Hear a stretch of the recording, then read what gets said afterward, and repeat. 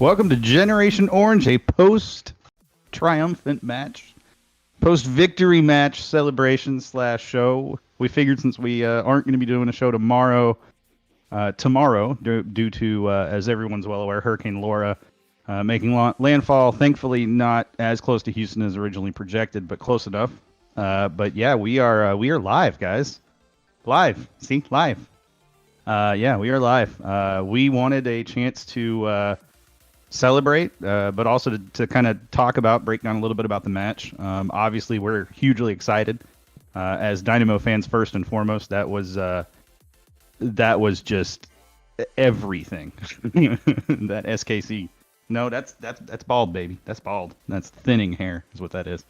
Plus, I got the light over here. It's a different kind of light. It's not like a ceiling fan light. But man, 5-2 Dynamo over SKC. If I'm not mistaken, Mark, and you can feel free to correct me if I'm wrong, but nobody in their right mind had a 5-2 drubbing by the Houston Dynamo going into SKC. I had him in, but so I didn't say anything. I am calling so much bullshit on you right now. It's not even funny. No, man. It's obviously, I don't think anybody went in there thinking that. I mean, I think a lot of us, because of what happened on Friday night's match, we're kind of expecting maybe the worst, maybe the best option being a tie, coming out with a tie, but to win 5-2 over there, especially after we got bashed there last time there 4-0. Oh man, it's an amazing feeling, and hopefully this is the turnaround that we need and the confidence booster that the players need to go forward, and hopefully, in as many points as they can, because they dug themselves a little bit of a hole, being the last team in MLS to get a win, and obviously them having only 4 points, and but these 3 points are huge and give them a huge boost in the standings in the Western Conference. So let's keep it going, man. I'm excited. I'm excited, bro. It's almost 10 o'clock at night, and I'm excited. I'm not gonna sleep for a while, but yeah, I mean, standings wise, this is huge for the Dynamo. This moves them all the way up to 9th from 12th. So that's a 3-position jump with one match, and it also improves their goal differential, which was a -6 down to a -2. So well within striking distance. This match actually nearly doubled our entire goal output for the previous 5 matches, which is crazy. And to do it against SKC, a team that has not given up a lot of goals prior to this. They'd only given up 6 goals prior to this, and we dropped 5 on them, so that says quite a bit. And again, it was a team that came in with 5 wins, 1 loss. They had been looking very good. And we proved that we're a team to be reckoned with. I've said it all along. This team has talent. This team is capable. The one thing they've been lacking is those leaders on the pitch. And to me, there were 2 players in particular that were leaders on the pitch tonight. And one of these I think is going to surprise you. Number 1 is Darwin Quintero. No question asked. Best offseason move without a doubt, other than bringing in Tab, of course. But Darwin Quintero took over this game in a completely different fashion than I think anybody was anticipating. And if he can have that kind of output, even half of that output on a regular basis, there's no doubt that he can return to that kind of MVP form with the Dynamo. The second player, and I think this is the one that's going to surprise you, Mark, for me, that really kind of led the team in a different kind of way tonight was Darwin Seren. Holding down that mid position, locking down Polito more or less, locking down Russell more or less to only allow 2 goals to SKC, who came in averaging just about a little over 2 goals a match, to really truly lock those players down and do it in a very solid way. It was just absolutely phenomenal to watch. I know the Surge were doing a kind of virtual watch party thing of their own where people were watching from their homes, and then everybody was kind of in a voice chat, and that was enjoyable. I got to do that for the second half, and that was enjoyable as we were all celebrating every goal. It was the greatest thing ever. But props to Tab, props to the Dynamo. We've talked about that Tab really needed to figure out how to get this team motivated and get this team going, and here we are. Of all matches, an away match against the best team in the Western Conference. What a time to break out! What a perfect opportunity to break out. Well, Sean, you said I would be surprised by your second choice, and I am a little bit, but honestly, to be honest, Seren, man, the FC Dallas game. Those who follow me on Twitter or at Segovia, I was tweeting about him, and obviously today's match, he's done really well these 2 matches this from this restart, man, and he's showing himself to be somebody who might not be willing to give up that spot to Zuhibo. It might take him a little bit, to get that spot over Seren, because he's done so well, especially against FC Dallas, FC Frisco, and covering up Reggie Cannon, and then obviously today with his defense, and then that great assist he gave to Darwin Quintero, that Darwin to Darwin connection. Oh, so it's beautiful. It was great to see, man. Obviously, a shout out to him, my paisano, Darwin Seren. I think he's one of those that, obviously he has the assist, but, obviously Ramirez and Elise and Nico Hansen having a goal and assist each, and with Quintero having a brace. Oh, man, that stat line is just fully packed today, and that's exciting to see. And we would be remiss if we didn't talk about the immediate immense impact that Nico Hansen coming on for Albert Elise had. This match turned absolutely on its head the moment Nico hit that pitch, and he was running for his absolute life. He was a man possessed. That shot that he had, and the run that he had to beat the KC defender with the ball at his feet, he beat him in a move that we would never see from Elise. He beat him. He ran with the ball. He held possession. He got the goalkeeper to commit out to him, and then he just kind of chipped it just a little bit around him and dropped it into the goal. And I was just in complete awe because we haven't seen that since Kyoto. Let's be real. Kyoto was the only player on this team that was capable of doing that kind of run, that kind of 1v1 versus a goalkeeper, that kind of move to break and open up space for himself. Whereas with Elise, we talked about this on last Wednesday, that one of the struggles we see with Elise is that he's kind of a one-move player. He doesn't have any other moves in his repertoire. He doesn't really have anything other than the fake, and that's it. It's a fake one way or a fake the other way, and he's going to dribble one or two directions, and that's it. Whereas Nico, what he pulled there, he pulled that out of nowhere. It was not expected. And I've said it, but every time I've watched Nico play in a sub role, he has been phenomenal. And I don't know if that's because defenses are tired because they've been playing against an Elise or whatever, but he has been one of the best players on the team in that role. And even when he started, he still played well. It was just kind of the rest of the team that, in my opinion, let him down a little bit. But tonight, I think, proved that you are ready and capable now of going ahead and selling Elise on, getting whatever money you can. It doesn't matter if it's not quite what you're valuing him for. Go ahead and sell him, get that money, and use it somewhere else. Because right now, that attack with Hansen in there tonight, I mean, if Hansen can, I don't have enough words, enough emotion to put into how relieving this match was. And I know there are other Dynamo fans that feel the same way. How much of a just a weight off the shoulders to see this team perform this way. Go ahead, Mark.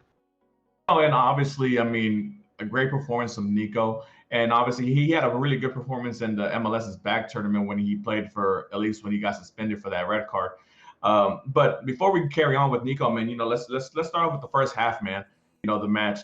Obviously, they got off to a slow start. The first 10 minutes was a little bit rough, a little sluggish, and you could see Sporting Kansas City attacking. And they had Marriage defending those between the posts. They nearly scored a few times. And props to Merrick's. I mean, like I said, he stood tall as a goalkeeper and made sure that they didn't score. And then obviously, I think 13th to 14th minute. I'm sorry, not the 13th, 14th minute. The 16th to 17th minute, the assist to Elise to score. Obviously the first goal, and then a minute after that, almost an own goal by Sporting KC. Done by Elise. And obviously, when I know Sean is not really bashing on Elise right now, but at least obviously he's out there motivated, man.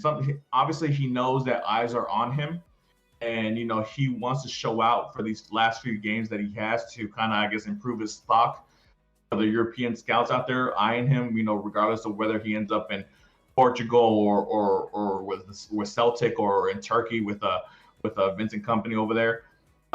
But regardless of the fact, he's showing out and he wants to go out with a bang, and I'm for that, man. Obviously, motivated Elise is gonna be nothing but positive for the Dynamo. Unfortunately, obviously he had that rough fall, that tackle by number 22, I think it was, and where he fell on his back and he got replaced in the second half by Nico Hansen. But that first half, man, Elise was out there dominating the ball, utilizing his speed.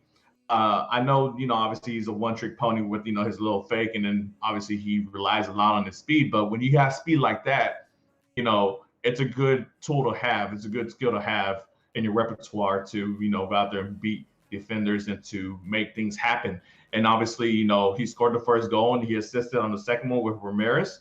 And shout out to Christian Ramirez as well, scoring his first goal for the Dynamo for the season. That's I know as a striker, as a forward, center forward, that's a huge monkey off your shoulder to get that first one out the way, and hopefully it continues, and we see a lot of goals from here on out.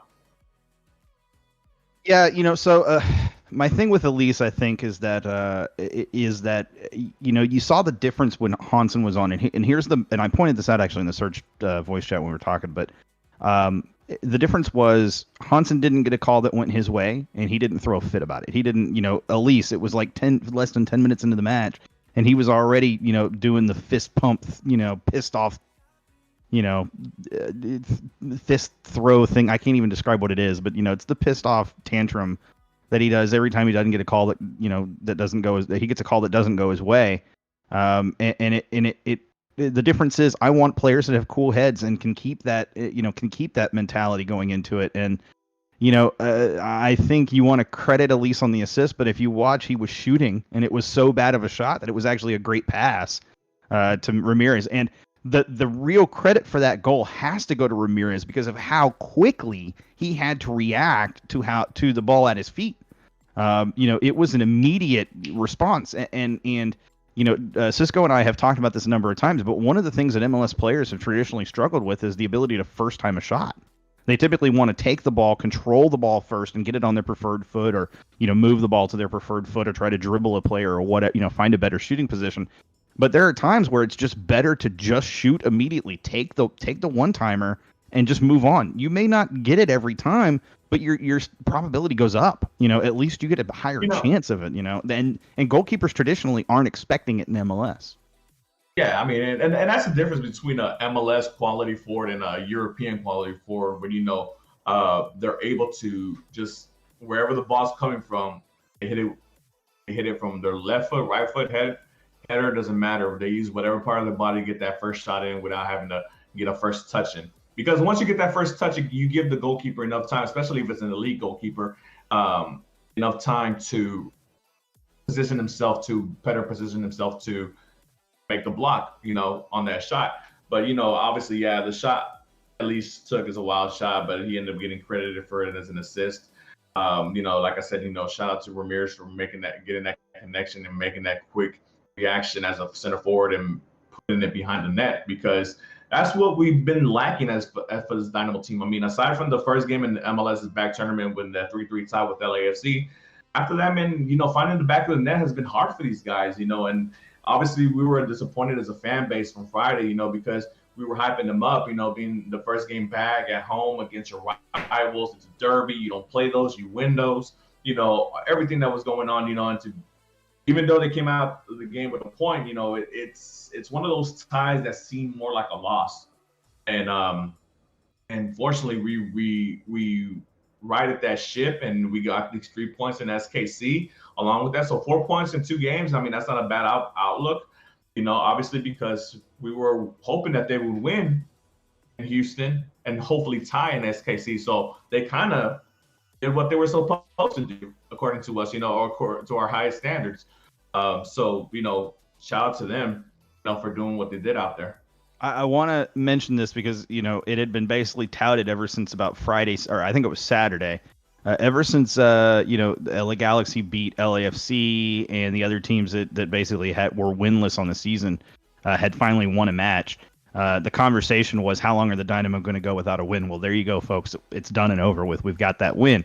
And the thing was, again, unlike those other matches where it was not necessarily a blowout, this was absolutely a no-doubter after about the 60th minute. The Dynamo, this is by far the best the Dynamo have looked in over a year. And I don't mean a physical year of time. I mean a full season. They had one match last season, maybe 2, where they kind of looked this good. But again, we're talking against an SKC team that is playing very well right now. And clearly Tab had some tactical, things that he put into place that just absolutely worked. And, I asked the question, and I don't know if it was in the last show or if it was in chat somewhere or whatever, but I asked a question at one point, or actually during this week, at what point do we start to think that maybe MLS is kind of over Tab's head? And I think there's no question now. Tab has proven that it's not over his head. He's not out of his element here. He can figure it out. He just needs time with the players. And I think some of this also is the players are starting to adapt to his system. They're starting to find their niches in his system and how to move. That first goal, the movement on the passes, every single pass, that was Barcelona-esque. I mean, good Barcelona-esque. Let me clarify. That was quintessential tiki-taka at its best. And as a defense, in MLS especially, that is very difficult to defend against. So, in my opinion, that is what Tab is trying to instill not only in the team, but in the individual players, is how to make those sorts of runs, how to make those sorts of immediate passes to one-time the ball instead of trying to hold it and turn and make a move and taking a defender on. Use the ball, pass the ball into space. And we saw that in Nico's first goal. The second goal, the pass that Nico had to Quintero, on the run. I mean, just absolutely beautiful. And there were multiple versions of that throughout the match. And it's just, that's what I want to see from the team. It's pushing the tempo and the pace to the point that they're creating opportunities up front, as opposed to having to find ways to create opportunities up front. Go ahead. Yeah. So going on to the second half of the match, obviously the biggest change is at least coming off for Hansen. And obviously we think it's because of the tackle that he took and where he fell on his back really hard. And hopefully he's not too banged up, in these next couple of days being off, and their next match not being until Wednesday, the 4th. It gives him enough time to get healed up and stuff like that. But right off the bat, man, Nico Hansen comes in, a great pass from Ramirez, man. Let's not forget that assist by Ramirez to Nico Hansen to give him that wide open space to score his first goal as a Dynamo, an MLS play, and a huge monkey off his back for sure for Nico Hansen as well, because I think, obviously he came in the same time as Christian Ramirez came in, and he's kind of been the forgotten guy, behind, especially under Wilmer. and early on with Tab and all that stuff, and we didn't know what was going on and what's going on with him as far as the training, and if he's one of those players that Tab is looking to basically seek help from or whatever. But obviously he got put in and he made the most of his opportunities with a goal and an assist, a great assist to Darwin Quintero for his second goal. And he almost had himself a second one from Memo, but he was called offsides, which he was. So it's all good, man. It was a great second half. The only down point of the second half was the second goal from Sporting Kansas City right after they scored their third goal. A little bit of sloppiness on the defense between Struna and Figueroa. Figueroa being caught out of position and Valentin not being able to catch up. He tried to put the ball out. No, I'm sorry. That's the first goal. The second goal was the one with the header that Gerso ended up connecting with. The second goal was the one where everybody was just kind of everybody was just kind of celebrating the third goal being up, and they were just kind of being lackadaisical. And SKC being the team that they are, they went up to the other side and scored, and that's an unfortunate thing. But let's give credit to the Dynamo for not letting that derail them, because Wilmer's Dynamo would have been, here we go again. And then it would have been another 10 minutes of another 2 or 3 goals scored on them, and this whole game would have been flipped over its head, and it would have been a huge Dynamo loss. But, give credit where credit is due. The Dynamo came out, they scored goals, they placed the ball behind the net. Everybody was involved in the match. Crossing game today, Sean, and call me out if I'm mistaken, but the crossing game from sending the ball from the left side to the right side, it was amazing today. The long passes, even though I'm not a huge fan for the long pass or having so many long passes in the game, they were on point for the most part. 1 or 2 here and there, they missed by a little bit, but they were on point. Quintero was all over the field. He was a complete beast out there. And if this is the Darwin that we signed up for, then that transaction, that trade with Minnesota United to get him, it's gonna look so good for the Dynamo at the end of the season. And I think it's gonna be a great look for them, man. Yeah, absolutely agreed. And it's from Seren, it feels like a long time coming. I think he's been a consistent player for the most part. The struggle has just been, how do you play him and Vera at the same time? And now you've got a whole different ball game with bringing in Zuhibo. Who do you start? And maybe you just, at this point, you say, okay, Seren, we're going to give you a rest for a match, or maybe Vera, we're going to give you a rest for a match and let Zuhibo kind of slot in there, and just kind of rotate the guys. I don't know. Go ahead. No. I'm sorry. Before we go on to Zuhibo and what's going on with that, bring up George's point on the chat. Nico Hansen's in the contract season. No, I didn't see it. Sorry. Yeah, no, it's all good. He's in the contract season, and like we stated in the past show, last week's show, we talked about, there's a number of players whose contracts are expiring, and we don't know who's going to be back and who's going to be let go. And Nico, obviously, he's one of those players that wants to show out, man, and grab the bull by the horns and hopefully get that contract extension with the Dynamo, if he's going to be showing up like this. Because, if he's doing this, you re-sign that kid quick, and, and you, like you said earlier, you let at least walk and he goes to wherever he's going to go. And hopefully Nico steps his level up and steps his game up, and he provides what needs to be provided. Obviously, he doesn't have the pace that Elise does, but I think he's more sound tactically. He's not, like fumbling around and stuff like that, like Elise does as well. And he's not really quick to fall when, he's getting fouled, and he's really good on the ball. So, we don't need him to be that 10 and 10 guy like Elise is with the goals and assists, but he's that sound wing player that we can count on to make sure to provide opportunities for the center forwards. I think the one thing that Nico showed, and you mentioned, as George mentioned, his contract does expire in December. I don't think there's a doubt that you probably need to see if you can re-sign the guy, and here's why.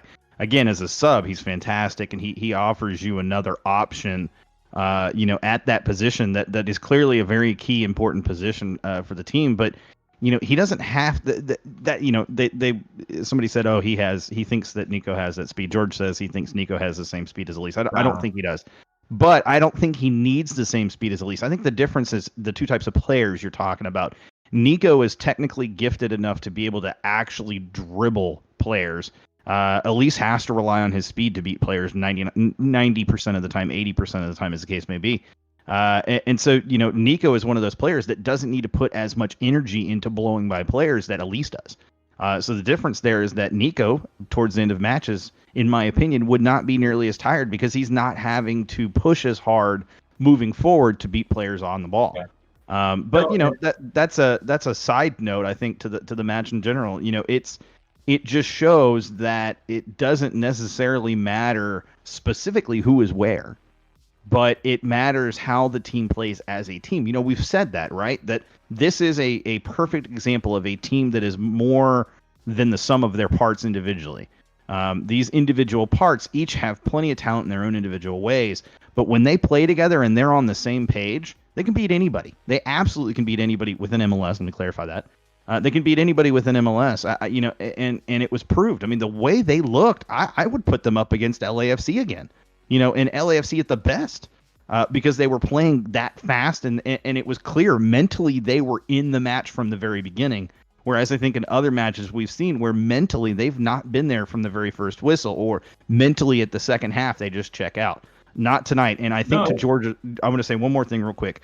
To Georgia's point, the one thing that I saw that was different tonight, Tab never took his foot off the pedal. When we had the lead, he never stopped pushing for another goal. And that, to me, was a major difference in this match over the last match. What's up, Jordy? And, I mean, to your point, I mean, it's a great confidence booster for these guys, especially once you put that ball behind the net and you're constantly creating space for the team and creating avenues of passing lanes to where you can pass the ball and be creative and give yourself time to position yourself to score goals. Because I mean, if you aside from the Elise to Ramirez goal, every other goal they gave themselves time, they gave themselves spacing, area, passing lanes to set up goals, to make sure that they had enough room to roam.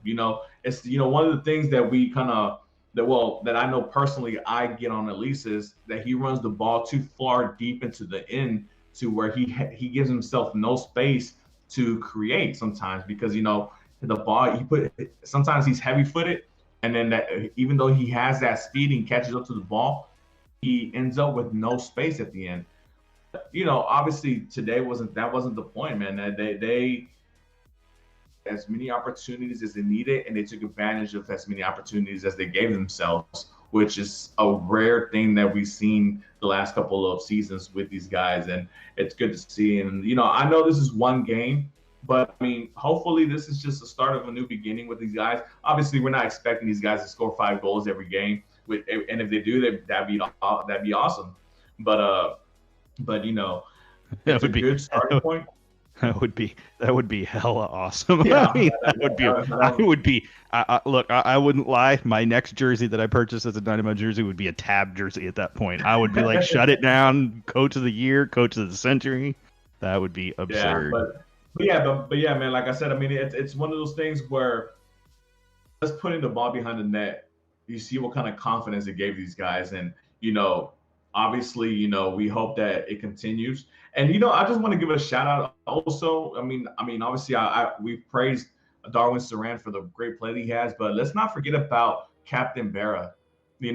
He was named captain the last match, and we were all surprised about it because, Berra, 24-year-old guy. There's a bunch of other guys with a whole lot of other talent who've played in Europe and played in big clubs in Mexico and all that stuff. And for little old Vera to come out as captain in the first game of the restart, and then to come back as captain, it just shows how much confidence and trust Tab has in this guy. And we've seen it from last season. That's why he was the player of the season for the Dynamo last season. He has the talent. Obviously, he's not going to show up on the stat line with goals and assists, but he's going to have those tackles and those run backs that are needed, and he's going to be that tough anchor for the defense before you get to the defense to make sure that they don't transition to those counterattacks that we used to get beat by a lot last season.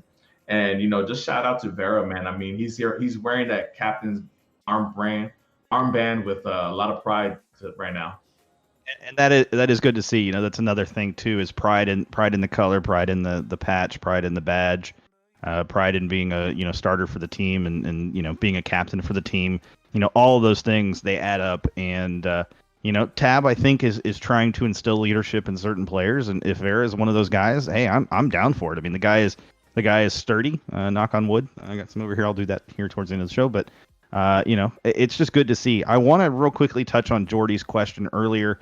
He said it's going to be important to see how Lassiter and Zuhibo will be incorporated into the team. If you put Lassiter on the left and Zuhibo next to Vera, does that mean Memo sits on the bench and you move Darwin in the middle? I'm going to pose it as a question to you, and then I'm going to respond with my own answer to that. But I just wanted to make sure we touched on that since he did ask that question. So for sure, my thing with the two acquisitions, I mean, yeah, we're excited that we got a proven goal scorer in the Costa Rican League in Lassiter, and we got hopefully we got a strong, ideal box-to-box midfielder in Zuhibo.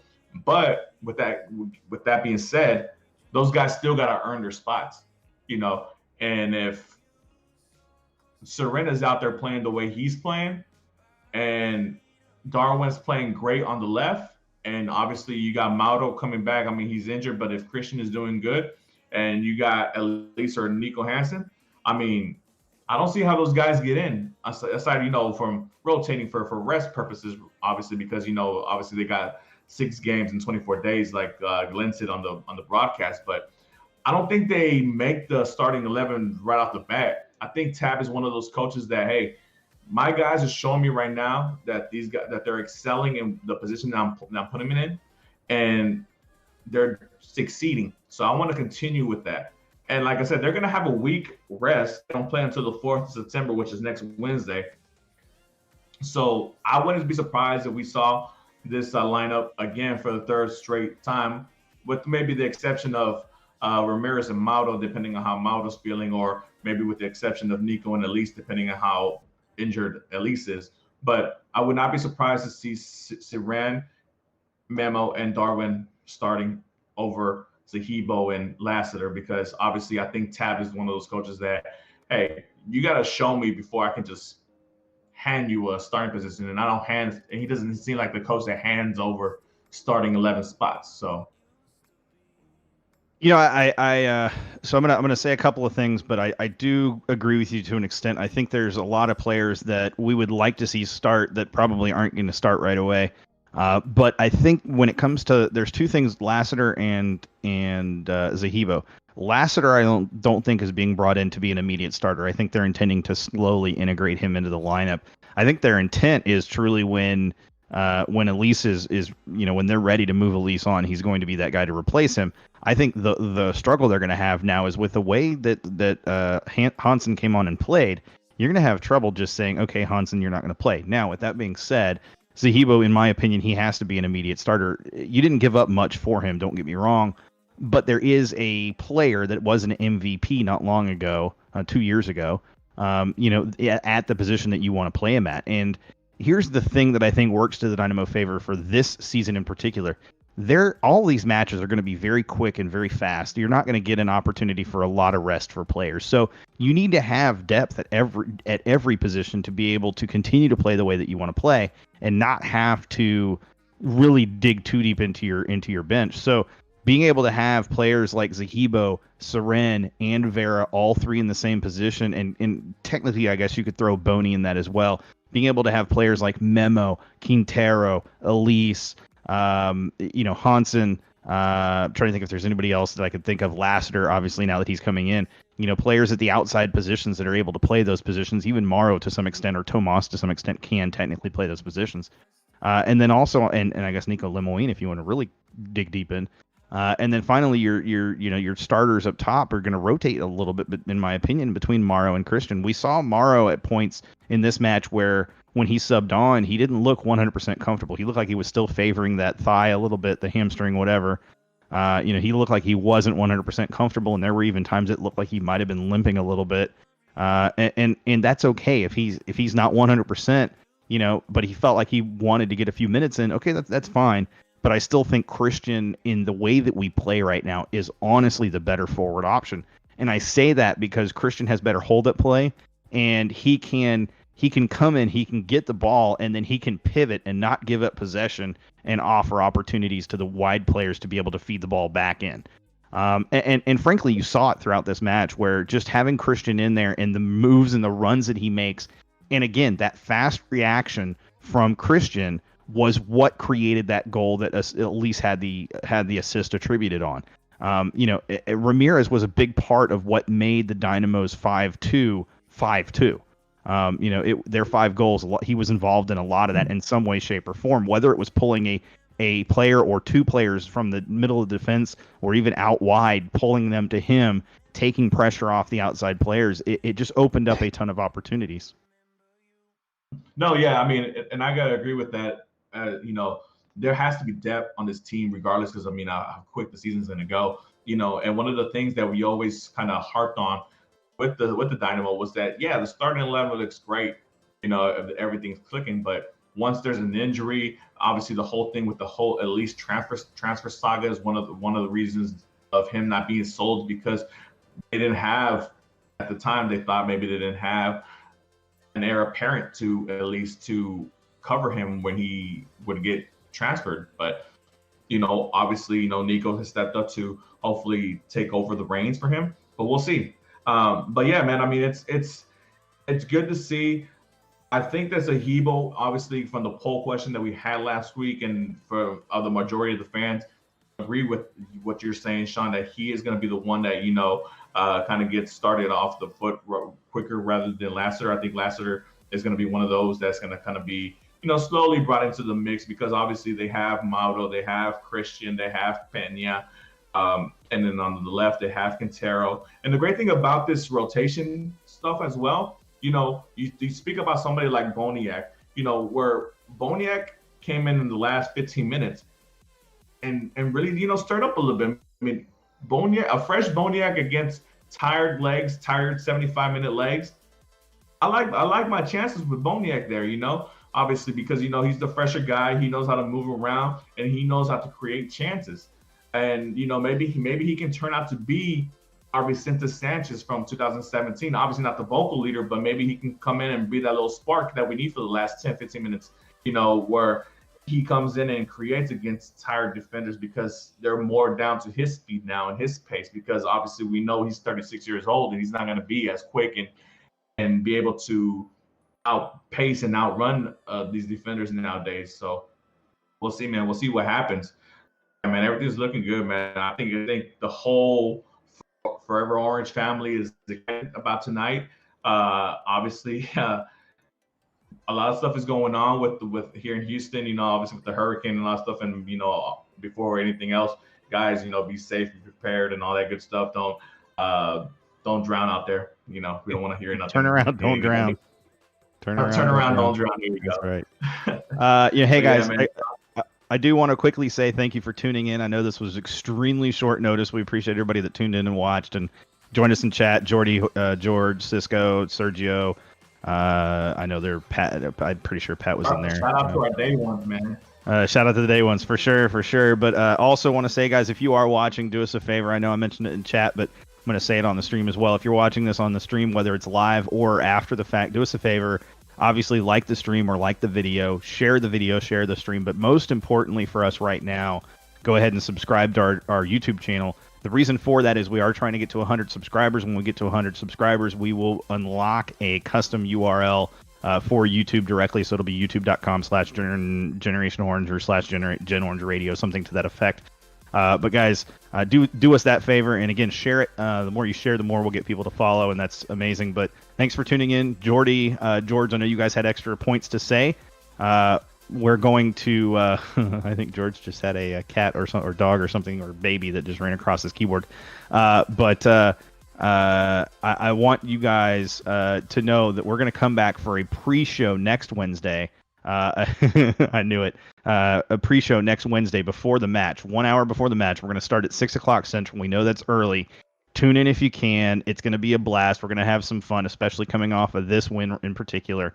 And we're going to talk some things. And so the stuff that you guys brought up tonight that we didn't get to, we are going to go ahead and talk about that on the next show on Wednesday night before the match. So again, 6 p.m. on the same channel, same YouTube channel. We'll tweet out the link anywhere from 15 to 20 minutes in advance. Guys, again, thank you for tuning in. Any parting thoughts, parting words, Mark? That's what I get for looking at George's name before looking at you. No, Cisco. I mean, Sean. No, man. I love it. No, I'm down. That's good. That's good. No, like, I mean, yeah, man, guys. I mean, obviously, we had a great match today, man. I'm happy to see that. Sean said, like, share, subscribe. You know, guys, help us out there with that. And see you next Wednesday, man, for the pregame show. Hold it down. Hold it down.